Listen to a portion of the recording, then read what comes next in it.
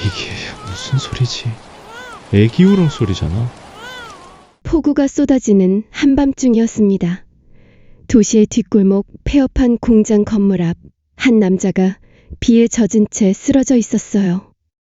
민호였습니다. 불과 3년 전만 해도 그는 국내 최고의 건축 설계사였습니다. 그가 설계한 건물들은 도시의 스카이라인을 바꿔놓았고 해외 유명 건축가들도 그의 작품을 극찬했죠. 하지만 지금은 아무것도 아니었습니다. 동업자의 배신으로 모든 것을 잃었어요. 설계 도면이 도용되었고 회사는 하루아침에 무너졌습니다. 그 충격으로 아내는 떠났고 유일한 가족이었던 어머니마저 세상을 떠나셨어요. 민호는 빗물 고인 웅덩이에 얼굴을 묻은 채 중얼거렸습니다. 이제 끝이야. 여기서 그냥. 바로 그때였습니다. 빗소리 사이로 가느다란 울음소리가 들려왔어요. 처음엔 고양이 소리인 줄 알았습니다. 하지만 아니었어요. 분명 아기 울음소리였습니다. 민호는 비틀거리며 몸을 일으켰어요.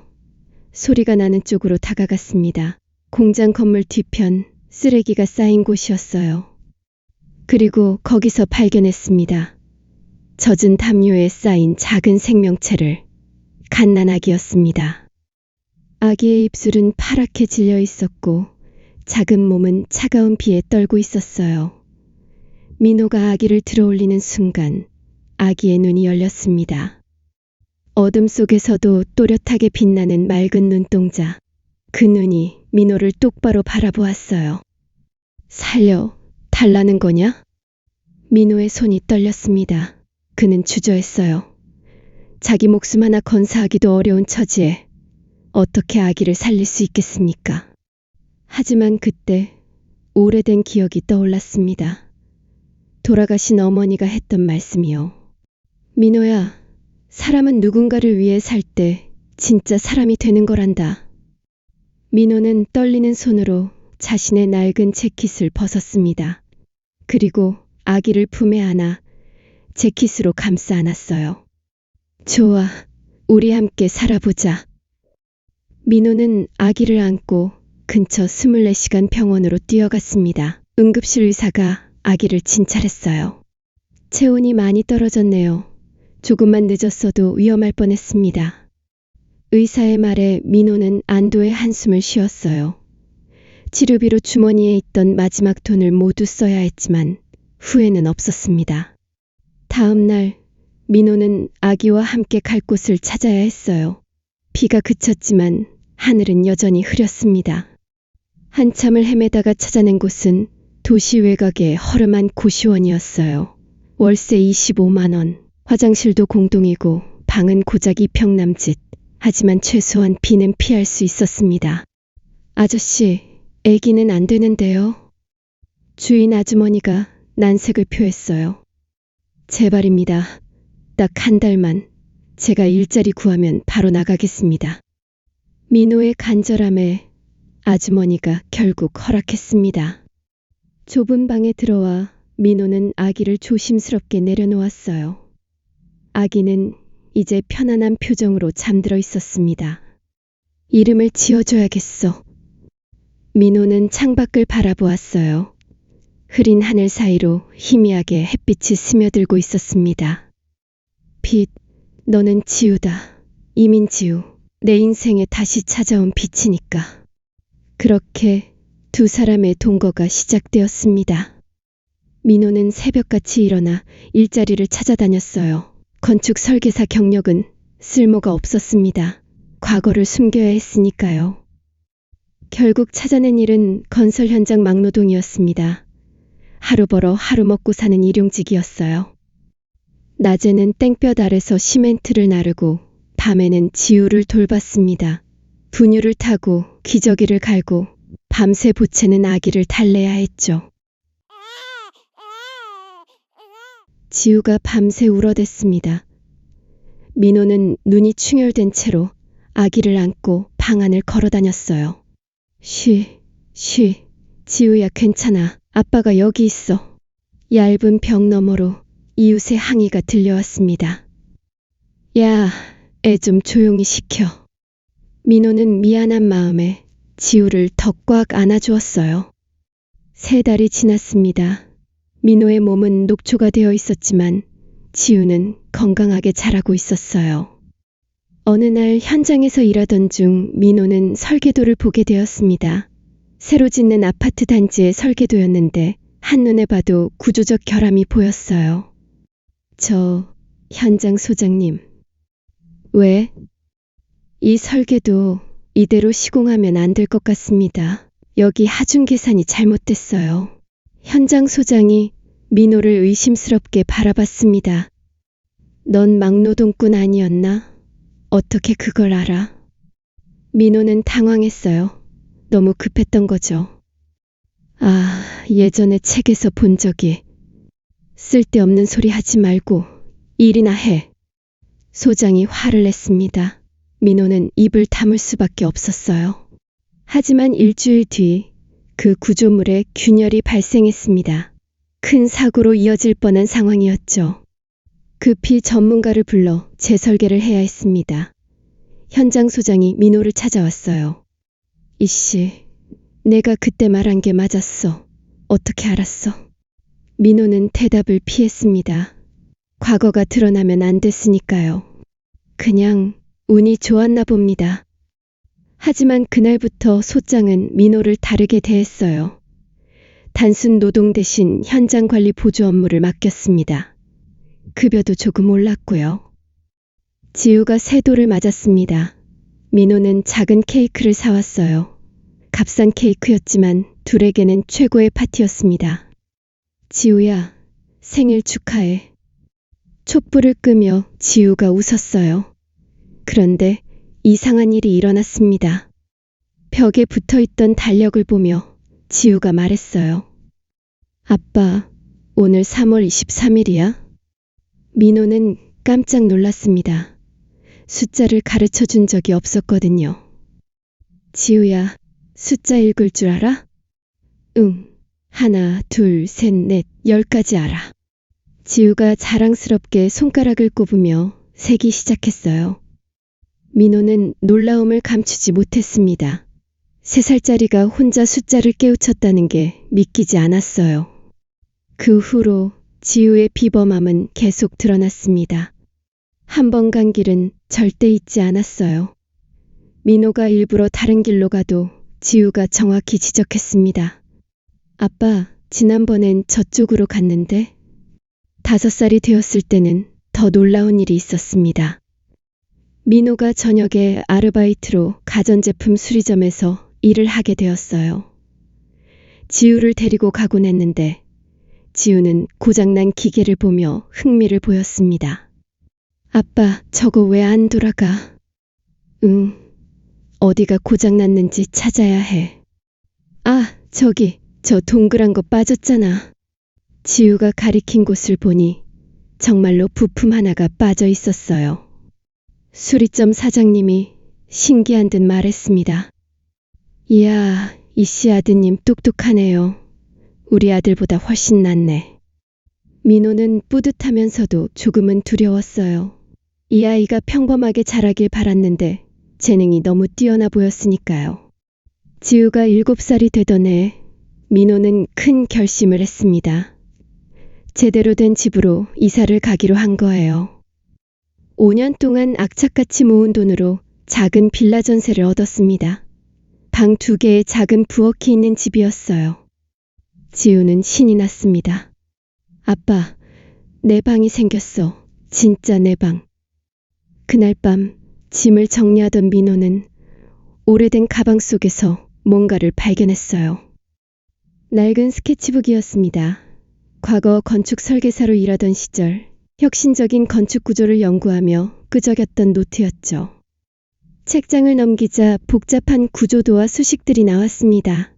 특히 한 페이지에는 모듈형 결합 구조 마이너스 미완성이라는 제목이 붙어 있었어요. 이건 민호가 완성하지 못한 설계였습니다. 건물의 각 부분을 모듈처럼 분리했다가 다시 결합할 수 있는 혁신적인 구조. 지진이나 재해 시에도 안전하고 필요에 따라 구조를 변경할 수 있는 꿈의 건축 기법이었죠. 하지만 마지막 단계에서 구조적 불안정성 문제를 해결하지 못했습니다. 그게 회사가 무너진 원인 중 하나이기도 했어요. 민호는 한숨을 쉬며 스케치북을 닫으려 했습니다. 아빠, 그게 뭐야? 지우가 다가왔어요. 아, 이건 아빠가 옛날에 그린 그림이야. 우와, 멋지다. 나도 그려도 돼? 민호는 잠시 망설이다가 고개를 끄덕였습니다. 그래, 마음대로 그려도 돼. 몇 달이 지났습니다.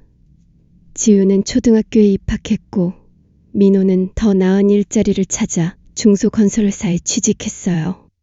사무직은 아니었지만 현장 관리직이었기에 예전보다는 나았습니다. 어느 날 밤 민호가 퇴근해서 집에 돌아왔을 때였어요. 지우가 스케치북을 펼쳐놓고 뭔가를 열심히 그리고 있었습니다. 지우야, 뭐해? 응, 아빠 그림에 길 그리는 거야. 민호가 다가가 봤더니 지우가 민호의 건축 구조도 위에 색연필로 선들을 그어놓고 있었어요. 아빠, 여기 이 네모랑 저 네모가 안 만나잖아. 그래서 내가 길을 그어줬어. 민호는 웃으며 대답했습니다. 그래, 잘했네. 하지만 잠자리에 들기 전 민호는 다시 그 스케치북을 펼쳐봤어요. 그리고 숨이 멎는 것 같았습니다. 지우가 그어놓은 선들, 그건 단순한 낙서가 아니었어요. 민호가 3년 동안 해결하지 못했던 구조적 불안정성의 해답이 거기 있었습니다. 이게 어떻게? 민호는 떨리는 손으로 계산기를 꺼냈어요. 지우가 표시한 대로 하중을 재분배하면 구조가 안정화될 수 있었습니다. 7살짜리가 우연히 그린 선이 수백 명의 전문가도 풀지 못한 문제를 해결한 거예요. 민호는 잠들어 있는 지우를 바라보았습니다. 넌 대체 누구냐? 지우가 8살이 되던 해봄이었습니다. 민호가 다니는 건설회사에서 큰 프로젝트를 맡게 되었어요. 대형 쇼핑몰 건설 현장이었는데 외국 설계팀이 만든 복잡한 구조였습니다. 시공 중에 예상치 못한 문제가 발생했어요. 설계대로 지으면 일부 구조물에 과도한 하중이 집중되어 붕괴 위험이 있다는 게 밝혀진 겁니다. 이거 완전히 재설계해야 하는 거 아닙니까? 현장 직원들이 난리였습니다. 재설계를 하려면 수억 원이 들고 공사는 최소 6개월 지연될 상황이었어요. 회사는 파산 위기에 몰렸습니다. 민호도 걱정이 태산 같았어요. 회사가 망하면 자신도 일자리를 잃게 되니까요. 그날 밤 민호는 회사에서 가져온 설계도를 펼쳐놓고 고민했습니다. 지우가 옆에 와서 물었어요. 아빠, 무슨 고민 있어? 응, 아빠 회사 일이 좀 복잡해졌어. 뭔데? 민호는 설명했습니다. 간단히 어린아이도 이해할 수 있도록. 이 건물이 있는데 여기 부분이 너무 무거워져서 쓰러질 것 같대. 어떻게 해야 할지 모르겠어. 지우가 설계도를 들여다봤어요. 한참을 보더니 색연필을 집어들었습니다. 아빠, 여기 무거우면 옆으로 나눠주면 되잖아. 이렇게. 지우가 설계도 위에 선을 그었어요. 중앙에 하중을 분산시킬 수 있는 보조 기둥의 위치를 표시한 것이었습니다. 민호는 처음엔 대수롭지 않게 여겼어요. 하지만 자세히 보니 놀라운 통찰이었습니다. 이게 맞네? 다음 날 민호는 용기를 내서 상사에게 말했습니다. 과장님, 제가 해결책을 찾은 것 같습니다. 뭐? 자네가? 민호는 지우가 표시한 위치를 바탕으로 수정안을 제시했어요. 전문가들이 검토한 결과 실현 가능한 방법이었습니다. 공사는 재개되었고 회사는 위기를 넘겼습니다. 민호는 정식 사원으로 승진했고 급여도 크게 올랐어요. 그날 밤 민호는 지우를 꼭 껴안았습니다. 지우야, 내가 아빠를 구했어. 고마워. 헤헤, 재미있었어. 지우의 천재성은 날이 갈수록 더 드러났습니다. 학교 선생님들도 놀라워했어요. 이민지우 학생 아버님, 이 아이 정말 특별합니다. 수학 영재 교육을 받게 해주시면 좋겠습니다. 하지만 민호는 거절했습니다. 지우가 너무 주목받으면 과거에 누군가가 관심을 가질까봐 두려웠어요. 그런데 민호의 걱정은 현실이 되었습니다. 어느 날 회사에서 큰 손님이 방문했어요.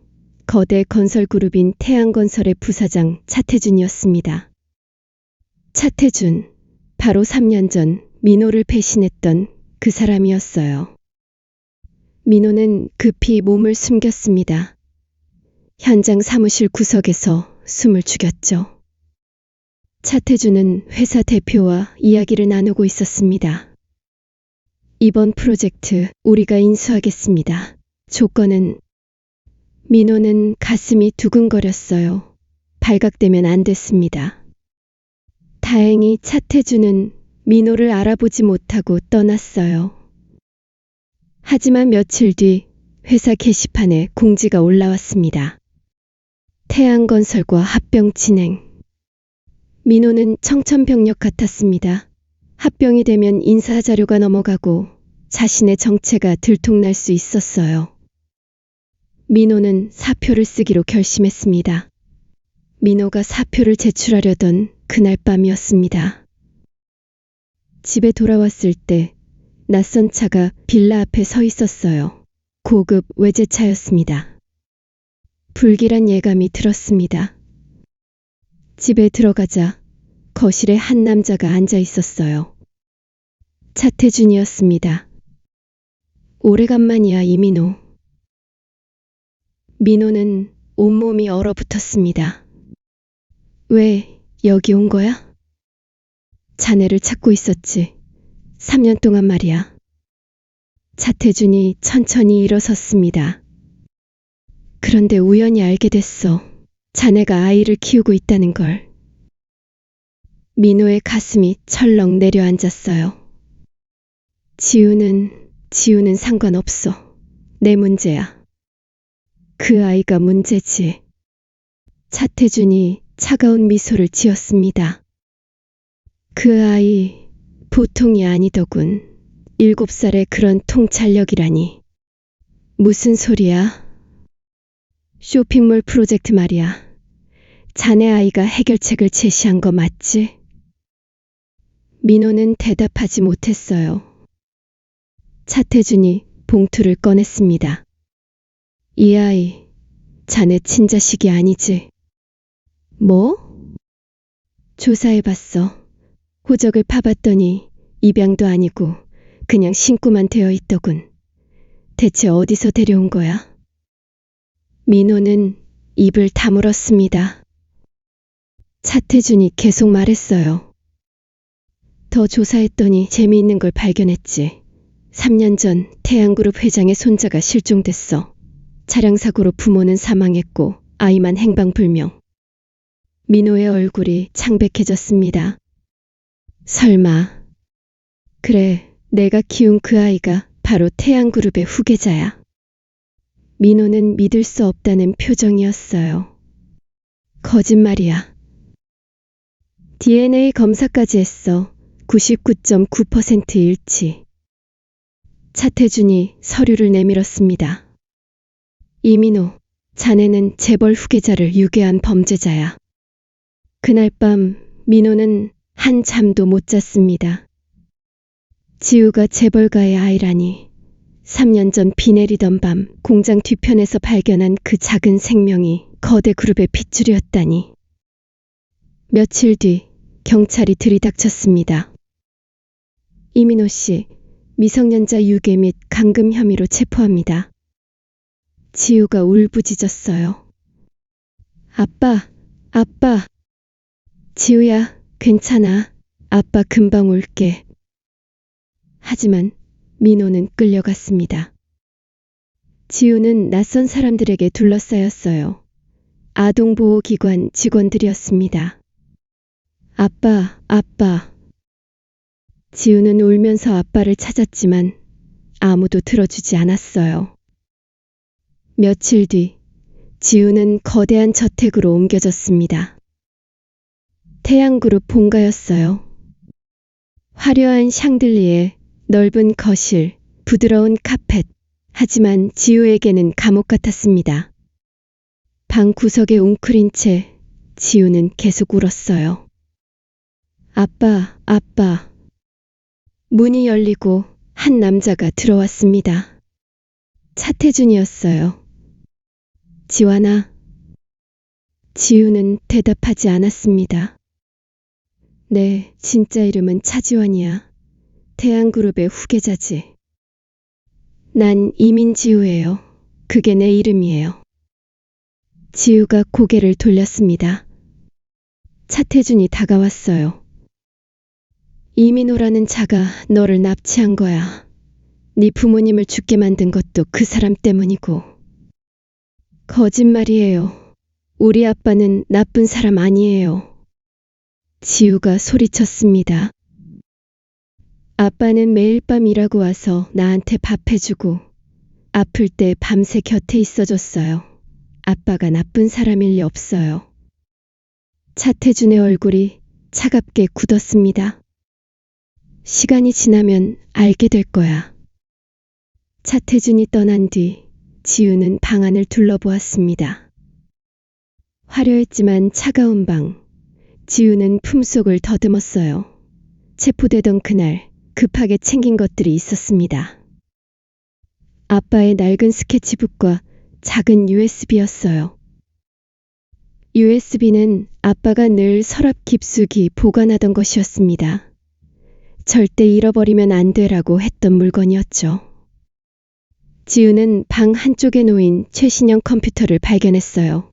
조심스럽게 USB를 연결했습니다. 화면에 파일들이 떠올랐어요. 암호화되어 있었습니다. 하지만 지우는 똑똑했어요. 아빠가 자주 쓰던 숫자 조합을 떠올렸습니다. 0323 자신의 생일이었죠. 딱! 파일이 열렸습니다. 그 안에는 놀라운 것들이 담겨 있었어요. 3년 전 아빠의 회사가 무너진 사건에 관한 모든 증거였습니다. 도면 도용의 흔적, 조작된 계약서, 차태준이 보낸 협박 메시지들, 모두 날짜와 시간이 찍혀 있었어요. 아빠가 이걸 숨겨뒀구나. 지우는 이해했습니다. 아빠는 언젠가 진실을 밝힐 날을 위해 증거를 모아뒀던 거예요. 며칠 뒤 차태준이 다시 지우를 찾아왔습니다. 지완아, 우리 회사 컴퓨터 시스템 좀 봐줄 수 있겠니? 싫어요. 아빠, 이민호가 빨리 석방되길 원하지 않니? 지우의 귀가 번쩍 뜨였어요. 협조하면 아빠 형량을 줄여줄 수 있어. 지우는 고민했습니다. 그리고 고개를 끄덕였어요. 뭘 하면 돼요? 차태준이 지우를 지하 서버실로 데려갔습니다. 수십 대의 컴퓨터가 줄지어 있었어요. 여기 시스템에 문제가 있어. 고쳐줘. 차태준은 몰랐습니다. 이 서버실이 자신의 모든 비리 증거가 저장된 곳이라는 것을요. 지우는 키보드 앞에 앉았습니다. 작은 손가락이 키를 두드리기 시작했어요. 차태준이 잠시 자리를 비운 사이 지우는 USB의 파일들을 서버에 몰래 업로드했습니다. 그리고 아빠의 스케치북을 펼쳤어요. 거기에는 아빠가 설계한 분산복구 시스템의 원리가 그려져 있었습니다. 건축 구조를 복원하는 원리를 데이터에 적용하면 삭제된 파일도 되살릴 수 있었어요. 지우는 그 원리를 코드로 짰습니다. 8살 아이의 손에서 놀라운 프로그램이 탄생했어요. 프로그램이 실행되자 차태준이 3년 동안 삭제했던 모든 증거가 복원되기 시작했습니다. 횡령 기록, 뇌물수수 내역, 사고 은폐 문서들 모두 살아났어요. 그리고 지우는 이 모든 파일을 차태준이 곧 있을 기자회견에서 사용할 프레젠테이션 파일에 연결시켜 놓았습니다. 다 됐어요. 지우가 말했습니다. 차태준이 만족스러운 표정으로 고개를 끄덕였어요. 자신이 무덤을 판 줄도 모르고. 재판날이 왔습니다. 민호는 피고석에 앉아 있었어요. 몇 주 만에 본 모습은 초췌했습니다. 방청석에는 기자들로 가득했어요. 재벌 후계자 유괴 사건이라는 자극적인 제목에 모두가 관심을 보였습니다. 증인을 입장시키세요. 재판장의 목소리가 울렸습니다. 문이 열리고 지우가 들어왔어요. 민호는 지우를 보는 순간 눈물이 터졌습니다. 지우야. 지우도 아빠를 봤어요. 하지만 울지 않았습니다. 지금은 울 때가 아니었으니까요. 차태준 측 변호사가 신문을 시작했습니다. 지환군, 저기 앉아있는 사람이 누구죠? 이민호 아저씨요. 그 사람이 당신을 어떻게 대했나요? 지우는 잠시 침묵했습니다. 그리고 입을 열었어요. 아저씨는 제가 춥다고 하면 자기 옷을 벗어서 덮어주셨어요. 배고프다고 하면 자기 밥을 주셨고요. 변호사가 당황했습니다. 그게 아니라 밤마다 책을 읽어주셨어요. 제가 아프면 병원비가 없어도 약을 구해오셨고요. 지우의 목소리가 법정에 울렸습니다. 저를 살린 건 재벌 핏줄이 아니에요. 매일 밤 땀 흘려 일하고 온 아빠의 따뜻한 손이었어요. 방청석이 술렁였습니다. 저는 차지환이 아니에요. 저는 이민지우예요. 이민호 씨의 딸이에요. 바로 그때 차태준이 벌떡 일어났습니다. 재판장님, 아이가 세뇌당한 겁니다. 증거를 제출하겠습니다. 차태준의 변호사가 노트북을 열었어요. 대형 스크린이 켜졌습니다. 차태준은 확신에 차 있었어요. 그 화면에는 민호의 범죄를 입증할 조작된 증거들이 가득할 테니까요. 하지만 화면에 뜬 것은 전혀 다른 것이었습니다. 이게 뭐야? 차태준의 얼굴이 창백해졌어요. 화면에는 3년 전의 문자 메시지가 떠올랐습니다. 이민호의 설계도면 모두 확보. 이제 그를 제거하면 됨. 차태준이 부하에게 보낸 메시지였어요. 그리고 계속 증거들이 쏟아졌습니다. 조작된 계약서, 횡령 기록, 뇌물수수 내역. 잠깐, 이거 끄세요. 차태준이 소리쳤지만 소용없었어요. 마지막으로 음성 파일이 재생되었습니다. 사고는 잘 처리했어? 아이는? 네, 부사장님. 아무도 못 찾을 곳에 버렸습니다. 차태준의 목소리였습니다. 3년 전 조카를 버리라고 지시했던 녹음이었어요. 법정이 순식간에 아수라장이 되었습니다. 이건 조작입니다. 조작이에요. 차태준이 비명을 질렀어요. 하지만 기술 감정 결과 모든 파일이 원본으로 확인되었습니다. 재판장이 의사봉을 쳤습니다. 차태준, 당신을 살인교사, 유기, 사기, 횡령 혐의로 현장 체포합니다. 경찰들이 차태준에게 수갑을 채웠어요. 피고인 이민호에 대한 공소는 취소됩니다. 즉시 석방하세요. 민호는 믿을 수 없다는 표정으로 수갑이 풀리는 걸 느꼈어요. 아빠! 지우가 달려왔습니다. 민호는 지우를 품에 꼭 안았어요. 지우야, 지우야. 아빠, 보고 싶었어. 두 사람은 법정 한가운데서 끌어안고 울었습니다. 며칠 뒤 민호와 지우는 다시 작은 빌라로 돌아왔습니다. 하지만 완전히 같은 일상은 아니었어요. 태양그룹의 회장, 지우의 친할아버지가 찾아왔습니다. 70대의 노신사였어요. 휠체어에 앉아 있었지만 위험은 그대로였습니다. 이민호 씨, 회장이 떨리는 목소리로 말했습니다. 제 손자를 살려주셔서 감사합니다. 민호는 어색하게 고개를 숙였어요. 당연한 일을 했을 뿐입니다. 회장의 눈에서 눈물이 흘러내렸습니다. 제 아들, 지환이 아버지를 제가 똑바로 못 봤습니다. 동생이 그런 짓을 할 줄 몰랐어요. 회장이 지우를 바라봤어요. 지환아, 할아버지. 지우가 조심스럽게 대답했습니다. 집으로 돌아오렴. 내가 있어야 할 곳은 거기란다. 지우는 고개를 저었어요. 전 이민 지우예요. 여기가 제 집이에요. 회장은 한숨을 쉬었습니다. 그렇다면 이민호 씨와 함께 우리 집으로 오시겠습니까? 민호가 놀라 물었어요. 저까지요? 당신은 제 손자의 생명의 은인입니다. 그리고 회장이 잠시 멈췄다가 계속했어요. 제 손자가 가장 사랑하는 사람이시고요. 따로 별채를 드리겠습니다. 거기서 지금처럼 사시면 됩니다. 민호는 지우를 바라봤어요. 지우가 말했습니다. 아빠, 난 아빠랑 같이 있으면 어디든 좋아. 민호는 천천히 고개를 끄덕였습니다. 감사합니다, 회장님. 그렇게 두 사람은 태양그룹 본가의 별채로 이사했습니다. 민호는 태양건설의 수석 건축가로 초빙되었어요. 빼앗겼던 명예도 모두 회복되었습니다. 하지만 두 사람의 생활은 크게 달라지지 않았어요.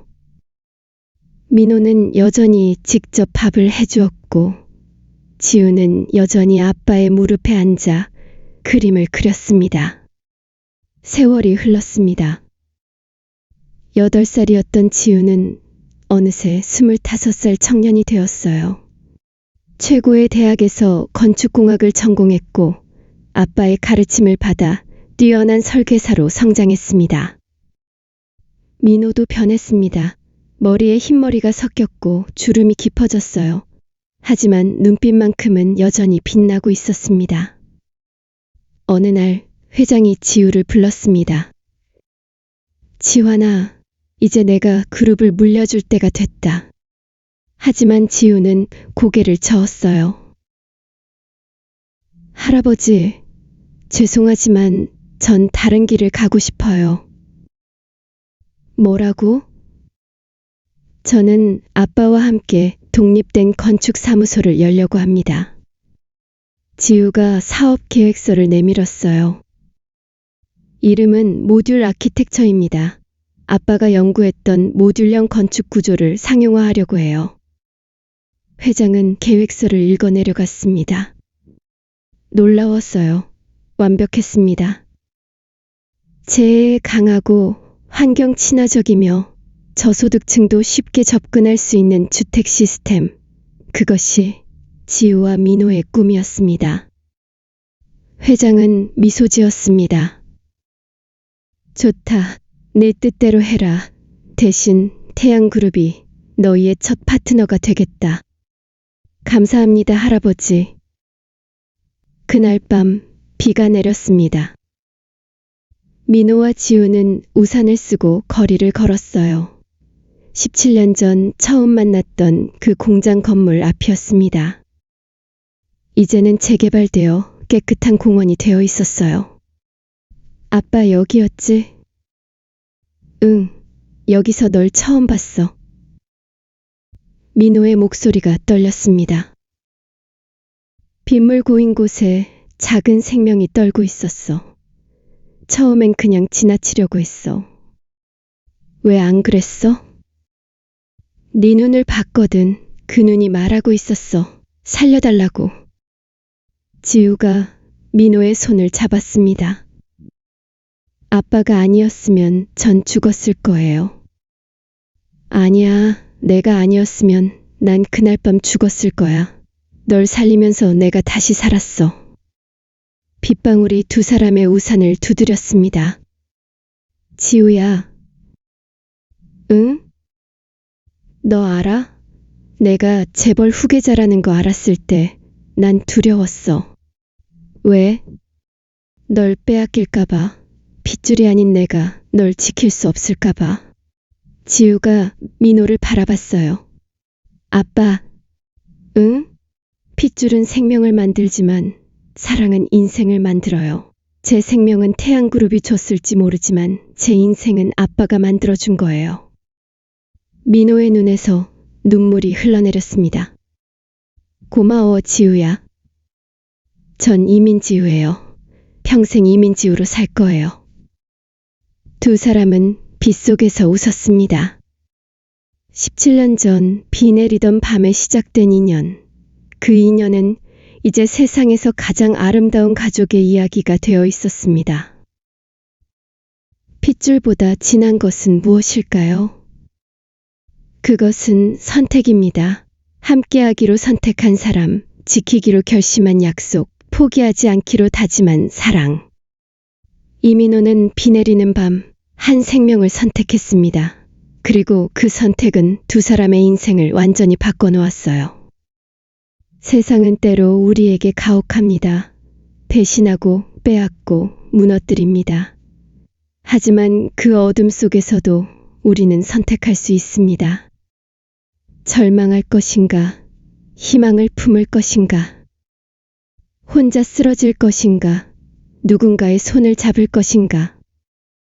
민호와 지우의 이야기는 우리에게 말합니다. 진짜 가족은 피로 만들어지는 게 아니라 매일의 선택으로 만들어진다고. 당신 곁에도 소중한 인연이 있나요? 그렇다면 오늘 꼭 말해주세요. 당신이 있어 내가 다시 살았다고. 그것이 바로 사랑입니다. 이야기를 들어주셔서 감사합니다. 당신의 오늘에도 작은 빛이 찾아오길 바랍니다. 구독과 좋아요로 응원해주시고 따뜻한 댓글 남겨주세요. 여러분 모두를 응원합니다.